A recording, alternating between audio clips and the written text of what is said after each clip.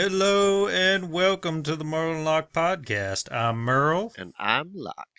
Set sail and no expectations for everything nerd, accompanied by a healthy, albeit shameful helping of pointless banter, lack of focus, and questionably acquired knowledge. One of the topics I had for today was between VR and AR. Yeah. VR and AR. VR and AR. What is AR? AR is augmented reality. That Oh, is where jeez. it combines your virtual reality with your real life ordinary tasks. So I want to say Ready Player One, but not quite. So augmented reality is like I can pick an app, right? So say like the Uh, calendar app. And I'm gonna pick it up and I'm gonna put it on the wall in real life. Like it's going to be placed on the wall and I can see it with my AR glasses. And all I have to do oh. is tap on it and my calendar will pop up. Kind of like, what's that? What's that movie with, is it Blade Runner? Where like it has like when you're in your house it has that little projector thing following you around which like puts up these different things, Right. except you're talking about like the fancy glasses. Kinda. So like Google Glass, let's say how they started it out where they did stuff like that. I mean, they had like maps. I think you could pull up like the time and stuff like that. The Okay. problem was a lot of people were like, I could drive with these, right? And they're like, no, negative, Ghost Rider. You cannot do that. You Okay. probably should not do that because it's getting in the way of your visual where you can see. It's distracting, yeah, Yeah, but if it becomes something like affordable and more people get a hold of it, I'm right, sure a lot of people will use them while they're driving. right. Yeah, it's almost a guarantee. Absolutely. I mean, you can tell people don't do it, and you know it's just gonna happen. Yeah. You just almost expect it. Hey, Yeah. don't you So dare press that button. Well, now I kind of want to touch that button. so your question is AR versus VR. Now, why are we pitting these two against each other? They seem like two different things.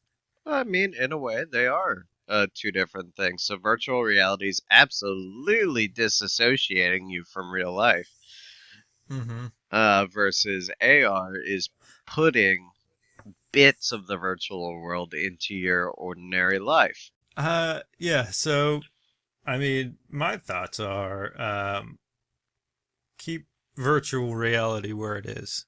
It doesn't have any business being in the real world. But at the same time, I mean, it does sound like it could be convenient being able to just be like glasses, show me my calendar or whatever you have to do, or push a button on your glasses. I don't know. I don't know how it works.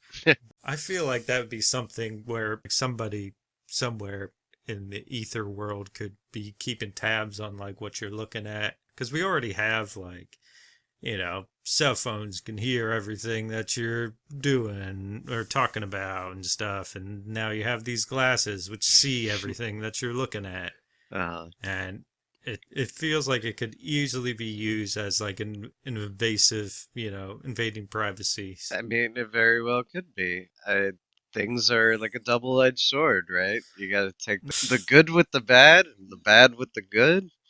Yeah, it just seems like it could be well-meaning, like Mm. for advertising purposes, which I guarantee if something like that is out there, you're probably got to get like all these ads popping up and what have you. They got to make money somehow, make extra money. Mm. Well, they don't have to, but they want to. So I could see it being something which initially everybody thinks is very convenient, but then it kind of falls off because I feel like the big cats will be taking too much advantage over it, and what they could like put in front of you, and people are just gonna get turned off by it, and then nobody's gonna wear them anymore because Mm. It's too much fluff. Well, now, what I do know, or what I did know, I want to say did know because I did the research, but it's probably outdated as far Okay. as the numbers go. So, of the virtual reality, or augmented reality, sorry, was the most recent project that's been in the works has been Microsoft HoloLens. That was in work Okay. about 2018, 2019, from what I remember. And the commercial version of the product, meaning the ones that us, the you and I, as just regular old consumers, would have to pay between 5 and 8K in order to get it. Golly, bud. Yeah, Woo-wee. yeah. And So already I could say that no one's gonna have that. right.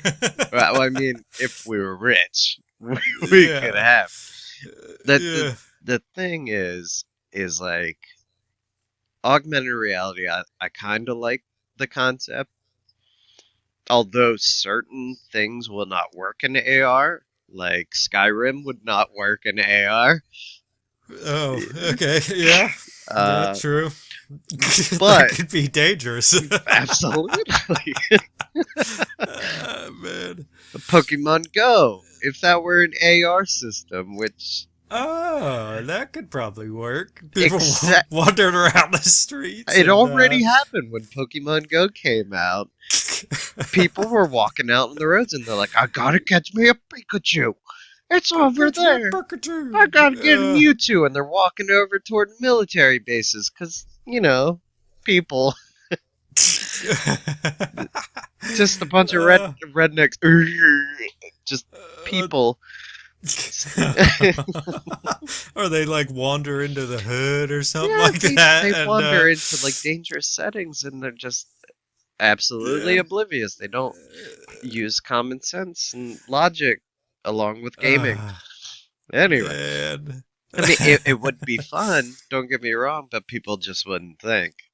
Now, this I can see working. I would love to get behind the programming for it. Would be if you were to do a Yu-Gi-Oh setting for augmented reality, because Oh. it works, right? Yeah, like any kind of card game, I feel like that could be pretty neat. But Yeah. but nothing like. Of course, I choose my favorite.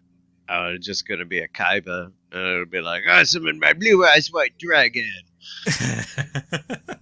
and you get to see this towering blue eyes white dragon right in front of you and the other person who's wearing the AR glasses, and Then all these nerds would be like taking up football fields and stuff when the other kids are trying to just play sports with their dads or whatever. And I mean, then you get these nerds out there like, Blue Eyes White Dragon, go!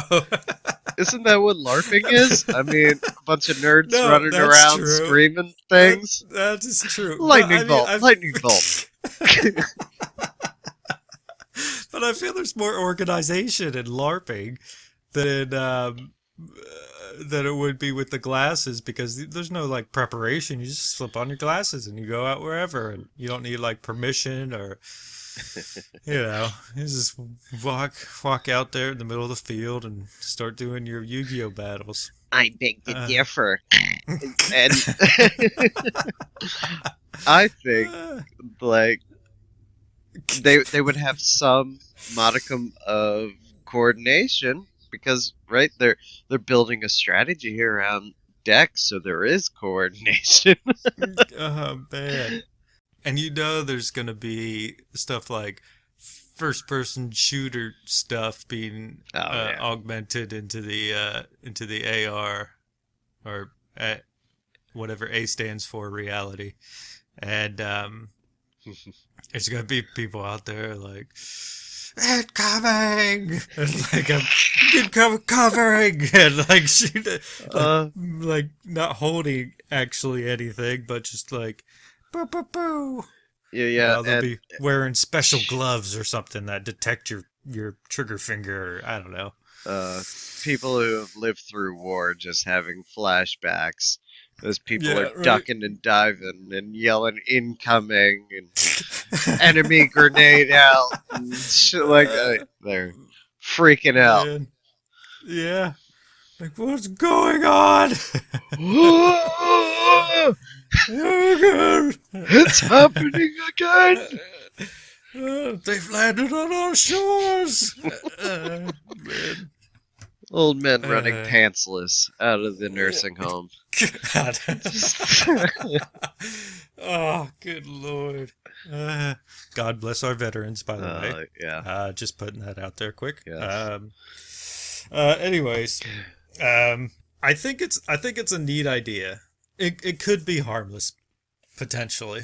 Yeah. Yeah, I'm just fearful that it becomes, one of those things where, all the kids want it. right.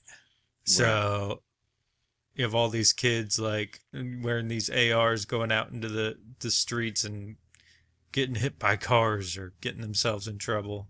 I don't know. Mm. I feel like maybe in the right hands it could be something pretty neat. I'm apprehensive. I I can't I can't really like judge it before I like get a proper look at it. Is it it's not released yet, right? Oh, I mean, you could buy it if you have that amount of money. Like I said, from what I Okay. knew, and this is about, what, 5 years old now? Because I said 2019. This is Okay. 4 or 5 years old. The last time that I checked on the pricing, and it was about 5 to 8K. There was a commercial version, and then there was a version for other consumers. So business versus non-business. Oh, okay, gotcha. I could see it being something useful for businesses. Oh yeah. I mean, I seen Absolutely. concepts where they were like, and how they were showing it was like Minecraft, and you were like towering over the world, and you were able to piece things together. Ah, Like I was that's like, interesting. that's Yeah. kind of neat, you know. Yeah. I was like, It's that actually makes Minecraft kind of tolerable, in my opinion. I I am thinking though, like if it was implemented in businesses, it could be something uh draining perhaps for the employees just because I feel like you know, once again the big cats could constantly keeping tabs on their employees. Right, but you know So I what know starts that, right? what It's the what people that take advantage of things, and then the business finally says, "All right, I've had it. Now we're going to use it to check up on you." I mean, some might what start out already checking up on you, but others might true. give you lax, and then once you break that trust, then they're like, "All right, time to check up your history. Let's look back on your cameras." Yeah, what I've seen of the workforce, it's just like that constantly keeping tabs. It's always like a push for efficiency, Mm. and man, it's the worst thing because like because I worked at Amazon for a while, and it was like this constant. We had to carry around these like phone things and constantly having tabs kept on us of like how efficient we are, like Mm. constant efficiency. So it wasn't like they weren't looking at the quality of our work. It was just the Oh yeah. amount of work we were able to get done. And that is absolutely draining. It takes a lot of pride out of the work, Well, you that know?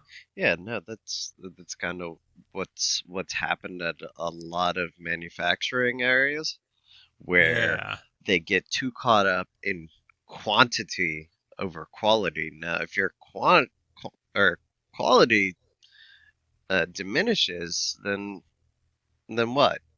You just have a lot of crappy product, a lot of bad product that's going out. So you're stamping your name on it. You're stamping the company name on that. So you would Yeah. think, as the company, as the head of your company, you'd want to be more worried about how much of good quality can come out. If there's a lot of bad quality stuff going out, what's the cause of it? Man, I feel like I don't even know if that's something we could go back to. Going back to quality over quantity, is that? Yeah, yeah. I feel like we've gone too far, and there's no going back. I mean, I don't know what they teach for like a lot of your classes that would have to do with your business and ethics, Sure, probably more sure. business. I don't know what they teach there. But if they're teaching everybody that they need to worry about numbers over quality, they there's something wrong with that course, and you need to stop it. You need to just say, "Hey, that ain't right," and walk That out. ain't right. Like, Yeah. Well, don't care it's about that. all about these margins, you Mm. know? It's all about that bottom line It's like, and I mean, little care for anything else. you do want to get more quantity than a competitor company, but you also don't want quality to suffer. Yeah, I don't know. I don't know like what the general strategy is because it's not like I mean I own a production business or anything like that, but I feel like the general consensus is to make profit margins bigger and bigger, Mm. and obviously you have to make sacrifices to do such.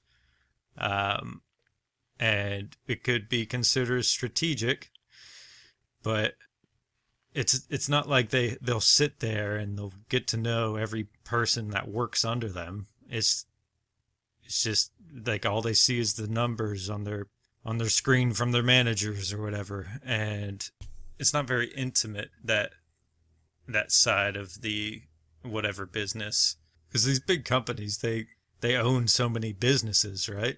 Mm. So they can't take the time to like get to know everyone and to ensure that their employees have you know everything they need and that they're well taken care of and they're prideful in their work and they're doing something that they can be proud of. All they can see is like, oh, our numbers are down. Well, we need to pick up those numbers. What are you guys doing over there? We've got these companies that are just too big. We need we need smaller companies. Mm. But I guess in general it's like if it fails, and that's why people have to come up with these products that they want to push, and then they need money for it, so they go to these big cats and they're like, hey, can you fund this? And they're like, yeah. And then those big cats, they get like such a high percentage of the company that they're like, all right, it's mine now, you go on and get out. Mm. And I'm going to put somebody in your place that will boost my numbers. And I feel like that strategy has been recycled over and over again. Yeah, because aren't there just like I don't know what is it called? It's like the big five or whatever that just owns everything. No, I don't remember like how many there are exactly, but right. they just own absolutely everything. Let's try to come up with our own big five. What are some of the big companies that we know of that are probably the top dogs? Is it like General Mills or whatever? One of them, and Maybe. then obviously Google. I want to say Google. Uh, I also want to say Amazon's pretty high up there. Yeah, Amazon, absolutely. There's no knowing how much Bezos owns. What about Microsoft? Oh yeah, Microsoft. Yeah, yep, that too. They're all just like American based, aren't they? Well, I think we just named a lot of the American-based ones. I don't know. I was about to say Yeah. Microsoft practically beats out Sony. No, no offense, Sony. Uh, Yeah, it's madness, isn't yeah, it? yeah, it is. Next topic that I have is little non-game related, non-console related. Oh, Yeah. okay. If you had a dream home, where would it be? Where in this Hmm. whole world, if money was not an issue? Oh man, that's a toughie. Now, my question is, would like your family, would they, your family and friends, would they join you, or or is it like not including them? Like they don't exist. It's just you. Where are you going? Well, I mean, wherever they go, if money wasn't an issue, if they wanted to live where you lived, or unless Right. family stopped you, but if you could take them with you, where would your ideal dream home be at? Ah, jeez. I don't know that I've been enough places to decide on that. Oh, anywhere that that wasn't like bellicose in nature, like a country that wasn't aggressive in any way, like war ready type thing, and somewhere that wasn't threatened by war. Right. So, somewhere like completely peaceful, where people just, they just do their thing, I can at you know. least think of four countries now, since you've said those two things that are no longer an option. Yeah.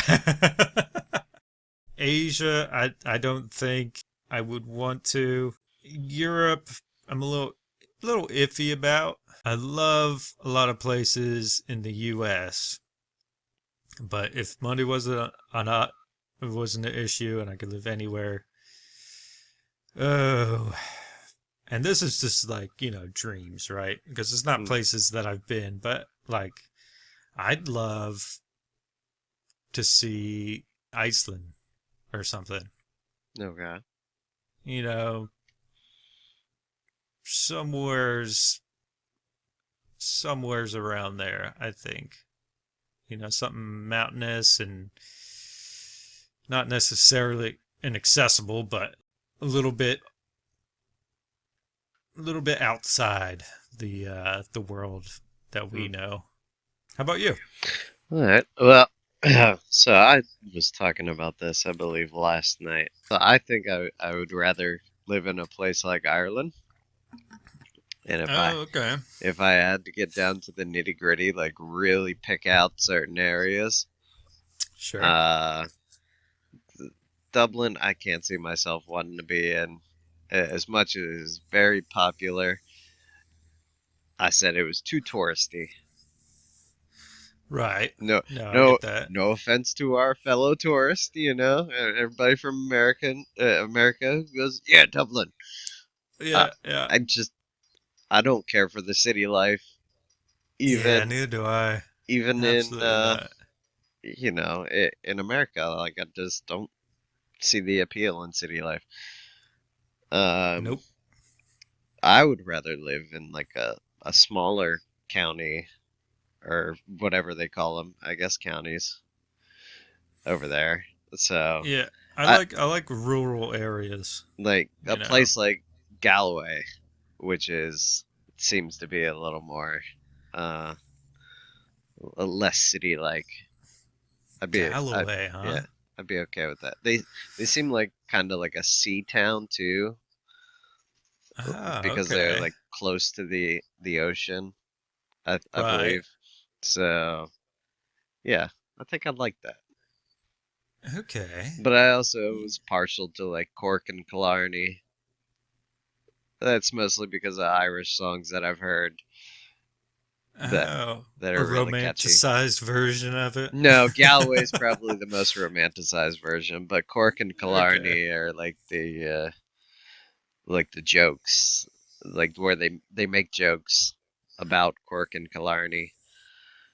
Oh, okay. Like, do you have any examples? I have Seamus Kennedy. He does more like joke stuff, like jokey songs. Okay, just a bunch of piss takes. Yeah, like there's one called The Little Fly. Anyway, so if you're thinking Ireland, I could dig that. Uh, I've only been through the airport in Ireland. That's about it. I've I've never explored Ireland. I've been absolutely nowhere else in my life other than Canada and a little of Canada. Mexico. Like the North America is the only area that I've been. Never been to South America. Never been over into Europe. Sadly. Yeah, it's expensive. That's that's the only reason. Yeah. Yeah. It's quite the investment to go traveling. quite. Yeah. Yeah. That's why I used to say if I was going to Ireland, I'd probably just want to live there and then just call it a day. Yeah. If you're spending all that money to go to Ireland, you might as well just stay. Yeah, right. It's not like they would kick you out or You're anything, right. right? Why would they kick you out? Yeah. No. Your visa's expired. No, it's fine, No. guys. I'm just I hanging could out. maybe find family members that are long lost. Yeah. But here's I what think everyone could. I imagine. Here's what I pictured: me going to Ireland, trying to find somebody who I'm related to, and they're Hmm. just like the town drunk. It's like, oh, you mean Oh. you mean old they'll just say Seamus, to be stereotypical about it. We'll just, oh, you mean old Yeah. Seamus over there, and he's blowing bubbles.